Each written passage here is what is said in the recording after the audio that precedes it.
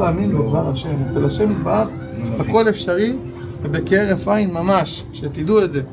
לכן אני רוצה לחזק אתכם, שתדעו, אין בבעיות נפש, אין בבעיות גוף, לזכור שיש תקווה לצאת מהכל, וחייבים להיות מחוזקים ומאמינים, ודבקים בשם, ולא להישבר למרות כל הרפתקאות שעוברים.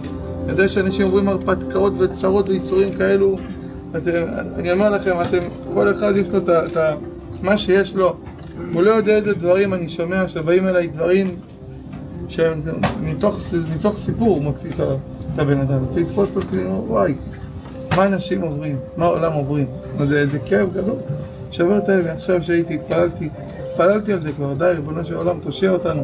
אמרתי לאליהו הנביא זכור לו טוב, תן לי בשורות טובות לשמוע. כי במערת אליהו, אמרתי לו, תן לי לשמוע ממך רק בשורות טובות, בזכותך אליהו מבשר טוב, תן לנו בשורות טובות.